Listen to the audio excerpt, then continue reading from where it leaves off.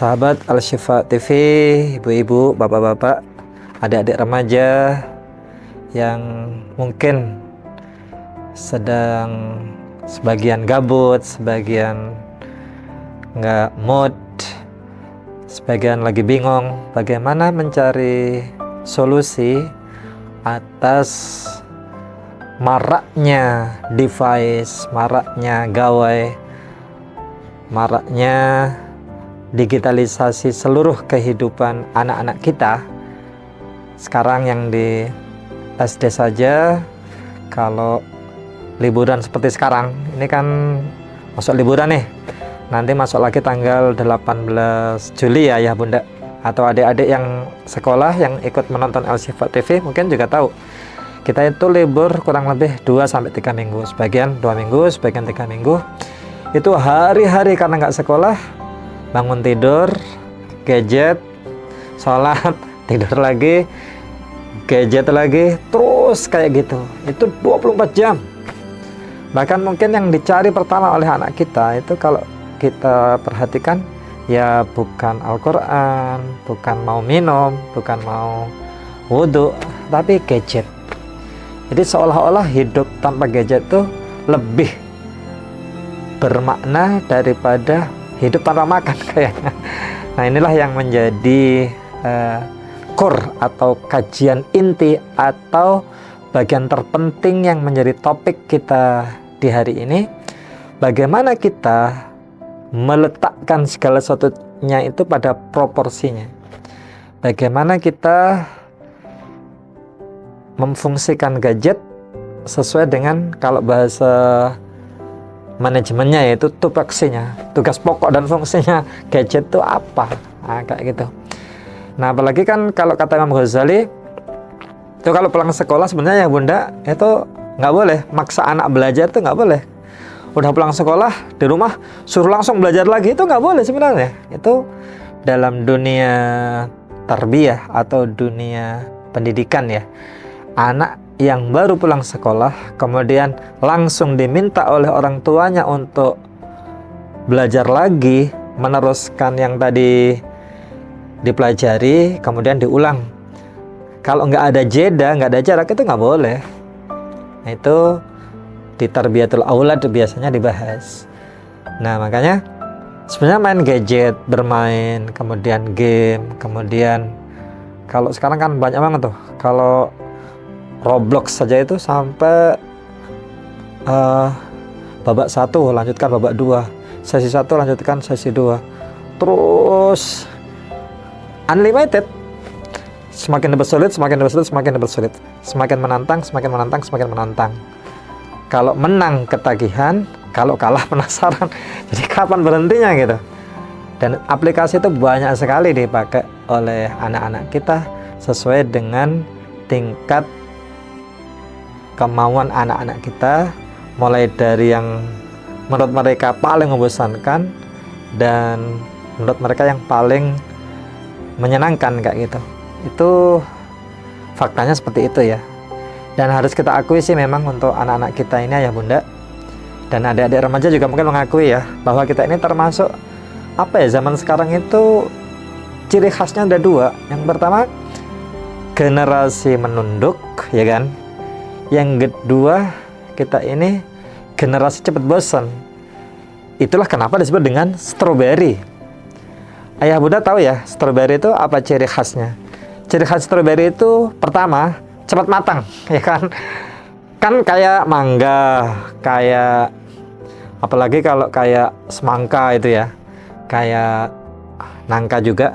Itu kan mulai dari tunas kecil sampai matang itu kan nggak hanya sebulan 2 bulan. Tapi kalau strawberry maunya tuh cepet gitu. Kalau lagi scroll video itu ayah bunda ya, adik-adik mungkin juga ngerasain ya, kalau scroll itu nggak menarik seret, nggak menarik seret, nggak menarik seret. Bahkan ada penelitian, kemampuan kita untuk bertahan pada tayangan yang tidak menarik itu, penasaran ya, buka seret sebentar aja, itu hanya beberapa detik saja, nggak nyampe 1 menit. Jadi beberapa detik, nggak menarik, langsung scroll. nggak menarik langsung scroll, nggak menarik langsung scroll. Itu maunya instan. Seperti strawberry, pengennya cepat matang. Saya sendiri punya 3 saudara ya di Buah Batu di Bandung tuh. Tiga-tiganya punya perusahaan kecil semacam ya lembaga-lembaga yang melatih anak-anak zaman sekarang lah, anak-anak Gen Z tuh. Ada yang di bidang desain, jadi misalnya membuat desain iklan kayak gitu. Ada juga yang sifatnya kayak arsitek kayak gitu, kayak bangunan, kemudian ditumpuk, kemudian dibikin ukurannya, ada juga yang kayak gitu. Itu katanya kalau Gen Z sekarang ketika mereka bekerja, itu hitungannya kalau nggak cocok, itu nggak nyampe 1 bulan. Setengah bulan nanti kalau mereka nggak betah, udah resign ya gitu. Dan ini dialami katanya, ya kata 3 saudara saya tadi yang di Bandung ya, yang sekitar Buah Batu, kemudian di Elang ya, Jalan Elang itu nyampein, ya kayak gitu anak-anak sekarang. Jadi modelnya nyobain tuh. Jadi anak sekarang tuh penasarannya tinggi, masuk ke yang apa mereka inginkan, nggak cocok pergi. Penasaran, ada tulisan tuh. Kan kalau tayangan video juga kadang bikin penasaran kan, misalnya ada sanksi FIFA yang tegas untuk timnas kayak gitu misalnya kan. Ya, itu kan bikin menarik ya adik-adik ya. Itu kan kita buka. Tapi kalau isinya udah ini mah berita udah usang, udah langsung scroll aja. Nah, itu terjadi di dunia kerja, di dunia pendidikan, di instansi pemerintah, instansi swasta, itu terjadi. Jadi di sekolah juga kalau misalnya nggak cocok, minta ayahnya, minta ibunya, minta resign, minta pindah sekolah terus kayak gitu. Ini pola yang terjadi pada generasi strawberry, karena tadi pengennya apa-apa itu cepat kayak strawberry. Jadi pengen cepet apa-apa itu matang gitu loh.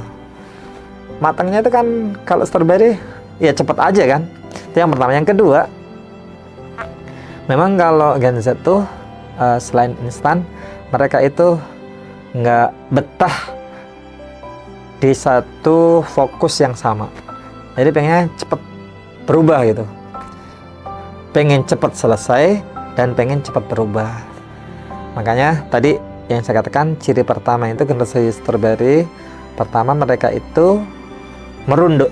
Nah, kita itu kan kalau kita perhatikan ya, anak-anak mau di kelas, mau di asrama, di toko, di masjid sekalipun, itu ya merunduk itu, ngeliatin HP, ngeliatin gadget. Di rumah itu ngeliat HP sambil telinganya itu masang kalau disuruh oleh kita, ayah bundanya itu, Ahmad gitu kan, ya bu, sambil nonton gadget kita. Nah, itu sebuah fakta ya.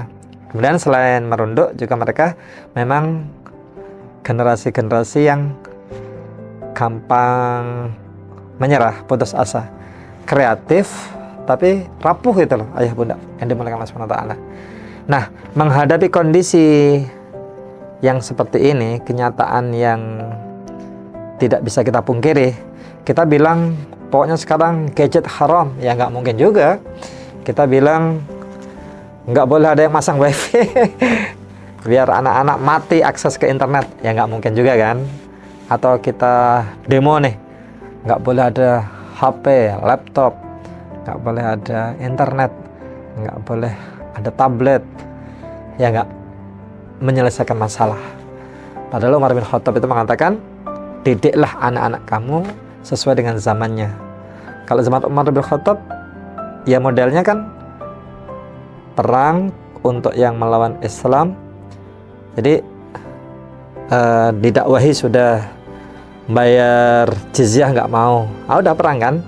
Nah, tapi kalau sekarang ya pakai pikiran, pakai logika, pakai nalar, wajar nggak? Bisa diterima nggak? Makul nggak? Nah, ketika zaman sudah berubah, ketika pola pergaulan sudah berganti, ketika peradaban semakin dinamis seperti sekarang, maka kita butuh tips-tips atau cara-cara baru ya, yang kita pastikan itu mungkin tidak biasa, out of the box, atau mungkin kata orang ini tidak seperti di zaman Rasulullah dan para sahabat misalnya, atau ini mengandung banyak permainan yang melupakan anak dari nilai-nilai positif. Nah, itu bisa jadi seperti itu. Cuman begini, kita harus berhitung manfaat dan madharat ketika kita itu melihat kondisi anak-anak seperti sekarang. Karena ketika anak tiba-tiba kita putus ya hubungannya dengan internet, dengan HP, yang terjadi ya anak sekarang malah datang ke rumah orang lain. Bisa jadi dia mencuri, bisa jadi dia akhirnya malah nggak mau disuruh lagi. Madharatnya kadang-kadang lebih banyak. Ayah bunda yang dimuliakan Allah Subhanahu wa taala. Maka sebenarnya yang terbaik dalam ibadah ya, ketika kita mendidik anak kita, mendidik putra-putri tercinta kita itu, kita selain secara prinsip harus bersandar kepada apa yang diajarkan oleh Allah dan Rasulnya, berpegang teguh sepenuhnya kepada Islam. Nah, untuk cara, teknis, pola itu memang kita harus belajar. Anak sekarang itu pengennya digimanakan, modelnya harus seperti apa, sehingga mereka itu gadgetnya betul-betul berfungsi sebagai alat, bukan sebagai tujuan. Tujuannya tetap jadi orang soleh, gadgetnya itu dijadikan sebagai sarananya. Nah, itu bagaimana kita berpikir untuk seperti itu. Jadi pola-pola seperti apa atau teknik-teknik yang jitu, yang sistematis, sehingga mengantarkan anak kepada tujuan yang kita inginkan tanpa harus menyelisihi firman Allah dan sunnah Rasulnya, itu yang gimana sih? Nah, ini sangat perlu ya kita telusuri dari anak-anak dari Gen Z ini. Jadi polanya mereka apa-apa pengen cepat, mereka itu rapuh. Nah, itu makanya tadi saya sampaikan, bukan berarti kita kemudian menganggap ini anak-anak hiburan terus, bukan. Atau anak-anak ini ngabisin waktu dengan HP terus. Ya, jadi selama mereka sholat, selama mereka aktivitas sekolah biasa, kemudian ketika mereka megang HP, HP-nya menjadi positif, nonton ya nonton, tapi ya isinya positif ya, itu tidak salah juga kan ayah bunda yang dimuliakan Allah Subhanahu wa taala. Nah, jadi ayah bunda yang hebat, adik-adik remaja yang terus sedang bergelut menemukan jati diri ya, menemukan, jadi kita ini kan bareng-bareng nih pengen sehat, pengen pintar, pengen cerdas, dan pengen kaya. Itu kesepakatan lah, sepakat ya. Saya, ayah bunda, adik-adik semua sepakat itu. Kita tuh pokoknya semuanya ya pengen sehat ya kan, pengen kaya juga, kita itu pengen sukses juga, kita itu pengen selamat di akhirat juga. Nah, 4 kesepakatan ini kan sebenarnya bisa dilakukan oleh siapapun dan di zaman apapun dan dimanapun bisa. Allah itu menciptakan Islam ini untuk semuanya kita, bukan hanya untuk orang Arab, bukan hanya untuk orang Persia, bukan hanya untuk orang Romawi, bukan hanya untuk kaum Badui, Taif, dan daerah-daerah sekitar Arab, bukan hanya untuk Madinah dan sekitarnya, tapi untuk semua kita ini. Nah, jadi apakah bisa dengan gadget kita menjadi orang soleh? Sangat bisa. Apakah kita dengan gawe kita bisa sukses di akhirat? Sangat bisa. Nah, itu ya. Jadi yang pertama, kita menjadikan gadget itu sebagai alat, bukan tujuan. Tujuan kita tetap yang 4 tadi. Tetap sehat, kita itu tetap bagaimana menghasilkan, produktif lah ya, untuk sampai menjadi input finansial. Kemudian kita juga sukses di akhiratnya Allah SWT. Kemudian kita juga tidak terlepas dari kehidupan sosial kita. Jadi walaupun main gadget, tapi tetap orang aslinya itu ya bukan gadget gitu loh. Nah itu ya. Nah karena ini hanya alat bukan tujuan, maka ketika ada panggilan azan ya harus ditinggalkan gadgetnya. Harus ketika orang tua manggil ya ditinggalkan gadgetnya. Harus ketika teman kita datang ngajak main, ngajak ngobrol, ya harus ditinggalkan, fokus ke teman kita, fokus menjawab obrolan teman kita, bukan sambil main HP sambil ngajak ngobrol. Nah, ini udah jadi kayak Tuhan ya HP-nya. Nah itu yang pertama. Dan yang kedua, memang Rasulullah SAW sendiri waktu Lebaran ya, waktu Idul Fitri itu Abu Bakar tuh marah ke anak yang main darab, main rebana. Main rebana itu sama Rasulullah dilarang. Abu Bakar, kenapa? Mereka mengganggu ya Rasulullah, ini mereka lupa dengan zikrullah. Lah, ini kan Lebaran, memang waktunya senang kayak gitu. Nah, kayak gitu. Itu Abu Bakar disalahkan oleh Rasulullah SAW karena menegur anak yang memang waktunya senang, malah harus dia itu kayak harus serius gitu. Jadi ayah bunda, Rasulullah saja ya, kalau waktunya senang ya senang aja, nggak usah waktunya senang serius, waktunya serius nyantai. Nah itu nggak senang Rasulullah juga. Ayah bunda ingat nggak hari tasyrik kemarin, Idul Adha ya, kata Rasulullah SAW, 3 hari tasyrik adalah hari makan dan minum. Terus kata ulama apa? Haram berpuasa pada hari tasyrik. Masya Allah, puasa aja diharamkan loh, karena itu memang waktunya makan dan minum. Nanti daging basi, daging kambing kebuang, ya nggak ada yang mau makan pada puasa. Nah inilah, jadi kita itu harus tahu waktu, tahu tempat, tahu situasi, tahu kondisi. Jadi kalau anak kita memang sedang main dan yang dimainkannya positif, ya kita tinggal mengingatkan saja ya bunda, untuk ingat kepada waktu. Jangan sampai nanti mati gara-gara game online. Ada tuh yang main ke rumah saya, temennya anak saya kelas 6 ya bunda, kelas 6 tuh alhamdulillah dia memang tipe kepemimpinannya bagus gitu. Jadi anak saya tuh nggak pernah kemana-mana, tapi teman-temannya tuh pada datang ke rumah kayak gitu.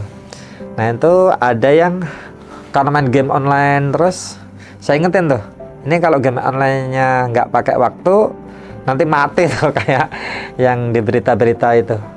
Ada kan yang game online terus sampai lupa makan, lupa waktu, meninggal dunia. Nah sebenarnya anak sekarang kalau ada buktinya, ada ditunjukin.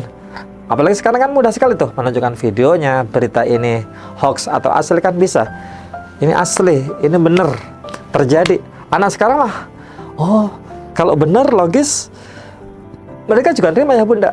Nah, makanya perlu ya bunda itu nggak usah nakut-nakutin anak lah. Nggak usah nanti kalau kamu main HP terus, atau nanti kalau tidurnya kurang karena gara-gara main HP nanti jadi pikun, jadi linglung. Nah ya bunda cukup menyampaikan saja secara kesehatan, misalnya kan nih,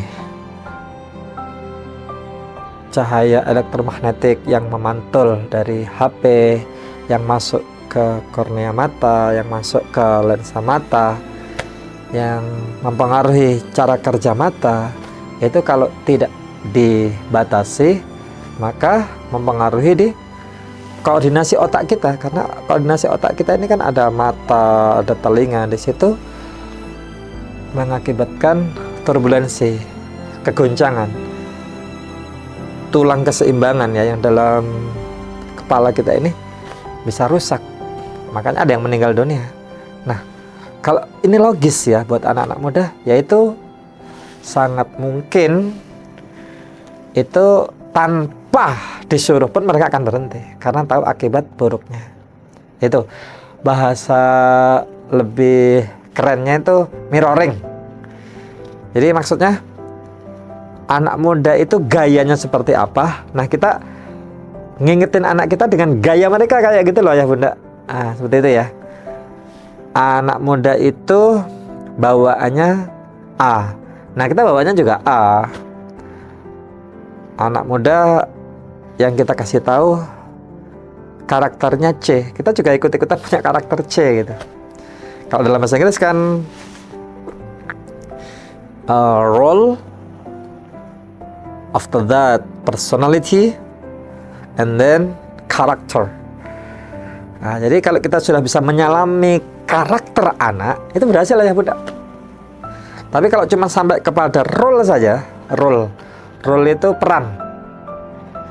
Coba dilihat ayah bunda di beberapa film yang bintang filmnya sudah pengalaman, bintang filmnya yang sudah mahal-mahal itu ya, dibanding dengan bintang film yang masih junior, para pendatang itu kan newcomer ya bahasanya. Newcomer itu jauh sekali. Jadi cara memerankan orang marah yang asli dengan yang enggak itu kan pasti beda kan. Kalau yang menjiwai itu ya betul-betul marah tapi nggak lebay gitu loh. Kalau yang pendatang-pendatang itu kayak lebay gitu, marah ya marah tapi jadi kayak nggak proporsional gitu. Masa ada orang marah kayak gitu kan. Nah inilah ya bunda ini Allah SWT. Para orang tua keren, adik-adik yang hebat, perlu kita itu menjiwai ketika kita itu sedang menasehati seseorang, sedang memberikan arahan orang tua kepada anak, kepada teman kita, seperti itu perlu mirroring. Dan mirroringnya itu bukan hanya sekedar sampai pada role saja, kalau bisa nyampe ke personality, kepribadian. Jadi kepribadian atau gaya ya, gaya dari anak-anak sekarang itu seperti apa ya, kita ngikut saja. Bawaannya anak-anak sekarang ceria, terus cara ngomongnya juga disingkat-singkat gitu ya ayah bunda. Anak sekarang tuh kalau nyebut nggak mau pindah-pindah itu mager ya. Kalau udah nyaman tuh PW powena. Kalau nyebut mau apa kita main bareng yuk, itu mabar. Itu anak-anak sekarang maunya singkat-singkat saja, praktis-praktis saja. Bahkan kalau di tulisan WhatsApp, apa Telegram itu ya, kalau lagi berkirim ke teman, itu misalnya saya lagi nggak suka, itu cukup ditulis S, habis itu G, habis itu nggak sukanya itu cukup simbol hati, kemudian retak. Udah cuma tiga icon, 3 simbol saja. Ya Allah, anak sekarang itu ya ayah bunda. Nah kayak gitu kita harus bisa ngimbangi ya bunda. Jangan sampai ayah bunda itu nggak tahu tuh gaya bahasa anak-anak kita. Oh kayak gini ya. Tadi anak sekarang tuh maunya yang singkat-singkat, yang cepet-cepet, yang praktis-praktis saja, yang ya sekali ditulis udah ngerti kayak gitu. Nggak perlu diterangkan jadi satu kalimat gitu. Nggak perlu ini maksudnya apa. Kalau kita ikut-ikutan kayak zaman kita, ini maksudnya apa, nggak ngerti lah, itu ditinggalin kita oleh anak-anak zaman Gen Z ini. Itu yang kedua ya bunda, mirroring penting. Dan mirroringnya tadi kata saya gimana? Pertama tingkatannya role, yang kedua personality, dan yang paling penting tadi kata saya di awal karakter. Jadi kita itu sudah sampai ngerti banget anak-anak itu pengennya begini. Kalau ngingetin itu caranya seperti ini, agar logis itu data yang diperlukan seperti ini gitu. Anak sekarang misalnya nih, saya guru ini misalnya ya, masih tahu tuh di kelas, baik ya nggak ngerjakan PR berarti siap-siap nanti push up 200 kali. Itu anak-anak justru nggak ada yang ngerjakan PR, karena nggak mungkin guru menghukum ngasih push up 200 kali, itu nggak mungkin. Nggak, mereka juga memperhitungkan, masa berani guru nyuruh push up 200 kali. Tapi kalau justru perintahnya logis, itu malah mau ayah bunda. Yang belum remedial dan menyengaja tetap tidak ikut mau remedial, maka nilai yang sudah saya olah ini akan saya pampang agar bisa diketahui bersama, agar wali kamar tahu, agar wali kelas tahu, agar orang tua tahu, dan menjadi perhatian buat yang lain. Itu malah ngerjakan semua. Karena mampang itu kan gampang, dan itu haknya guru, wewenang guru kayak gitu kan. Yang logis buat mereka, udah otomatis mereka itu juga mau. Itu ya, mirroring.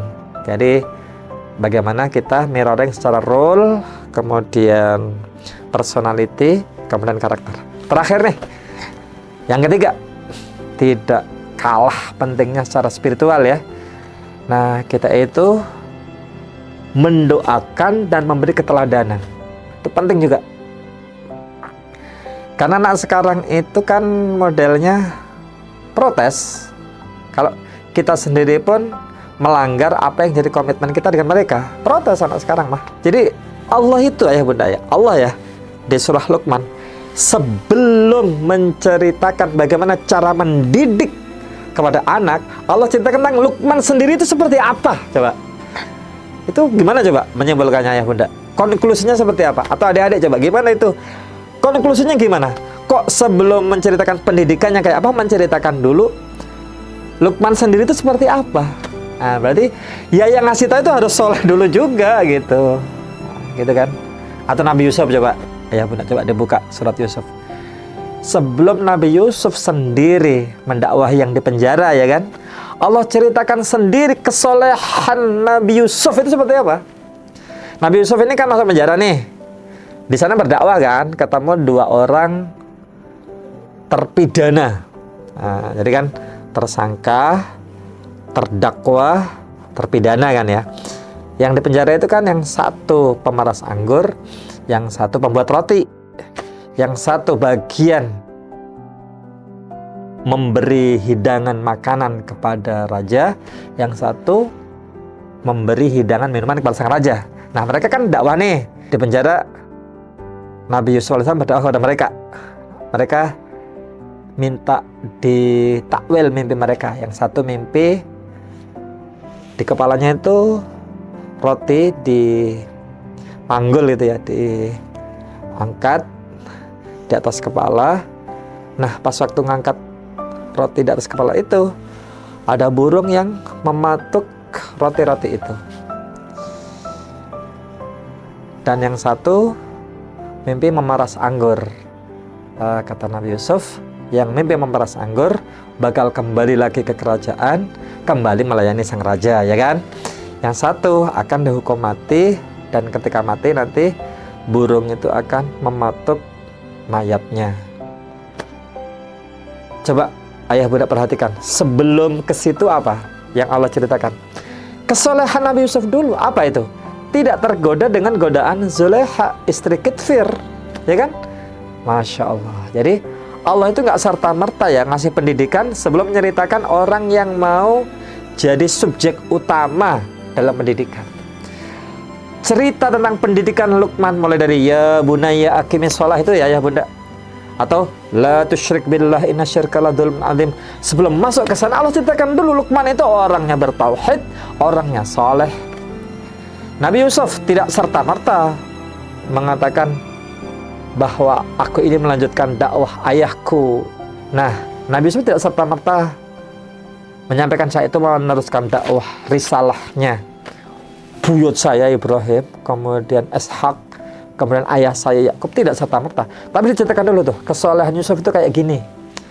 Itu membuktikan kita itu jangan tiba-tiba ya nyuruh-nyuruh, menghentikan HP, ngelihat anak muter yang negatif, kok itu diputar, nggak boleh, nggak boleh. Ya jangan gitu. Kita sendiri pernah muter nggak? Jangan-jangan kita pernah muter kayak gitu juga. Nah, akhirnya anak nggak percaya, kita kehilangan wibawa. Itu ya bunda yang dimulakan Allah Subhanahu Wa Taala. Adik-adik yang mudah-mudahan tercerahkan dengan penyampaian siang ini. Kita sama-sama belajar ya adik-adik semuanya, karena tidak mungkin kita itu jadi seperti Elon Musk, kita jadi seperti Einstein, kita jadi seperti Mark Zuckerberg, atau tokoh-tokoh Islam seperti Al-Fatih, Erdogan, dan seterusnya. Kalau waktu kita lebih banyak untuk konsumtif daripada berpikir produktif. Elon Musk mengatakan, the first principle is, prinsip pertama dalam kesuksesan manusia, itu kata beliau, adalah mengetahui prasyarat untuk menjadi orang sukses. Apa prasyaratnya? Prasyaratnya adalah ketika ada masalah, menjadikan masalah itu sebagai batu lompatan untuk pengetahuan kita bertambah, untuk skill kita jadi lebih baik. Itu kata beliau. Nah, itu the first principle. Pas waktu rapat, Elon Musk mimpin solusi dari mobil less driver ya. Less itu berarti tidak ada kan, driver itu super. Sebenarnya dibutuhkan untuk mobil itu apa saja sih? Sensor. Tapi sensornya kalau begini nanti nabrak. Nanti kalau sensor begini, jalan yang berlubang tetap masuk. Nah, itu dicari penyebabnya apa.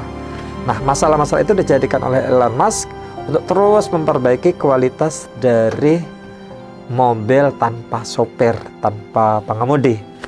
Nah, bagaimana kita bisa berpikir seperti itu? Jangan sampai kita main HP, megang gadget, megang gawe, justru melenakan kita untuk berpikir, gimana ya kalau dengan HP saya, dengan tablet saya, dengan gawe saya ini menjadi orang besar seperti Rasulullah, para sahabat, orang-orang keren di zaman 1448 tahun yang lalu, generasi-generasi emas, Al-Fatih, kemudian Bayazid. Nah, ini generasi-generasi sukses ya, Umar bin Abdul Aziz, Harun al-Rashid. Atau juga kalau yang non-muslim kayak Elon Musk, kayak ya Mark Zuckerberg, yang intinya gini, mereka itu bisa besar karena mereka itu berpikirnya produktif. Ketika main HP berpikir, gimana ya saya bikin aplikasi di HP yang ketika orang buka HP itu mereka jadi ingat kepada Allah SWT, misalnya seperti itu. Atau gimana ya caranya saya tetap main HP tapi HP itu bisa menghasilkan wawasan baru, ilmu baru, keuangan nambah. Nah, seperti itu adik-adik ya, ini penting buat kita. Karena kita lepas dari HP nggak mungkin, maka bagaimana HP ini menjadi alat untuk menunjang kesuksesan kita di dunia yang sementara ini dan nanti di akhirat yang selama-lamanya. Barakallahu fikum, mudah-mudahan bermanfaat. Dan sejak detik ini kita berpikir bahwa setiap kita bisa mengendalikan apa yang ada di tangan kita, yaitu HP-HP dan gawe-gawe kita. Assalamualaikum warahmatullahi wabarakatuh.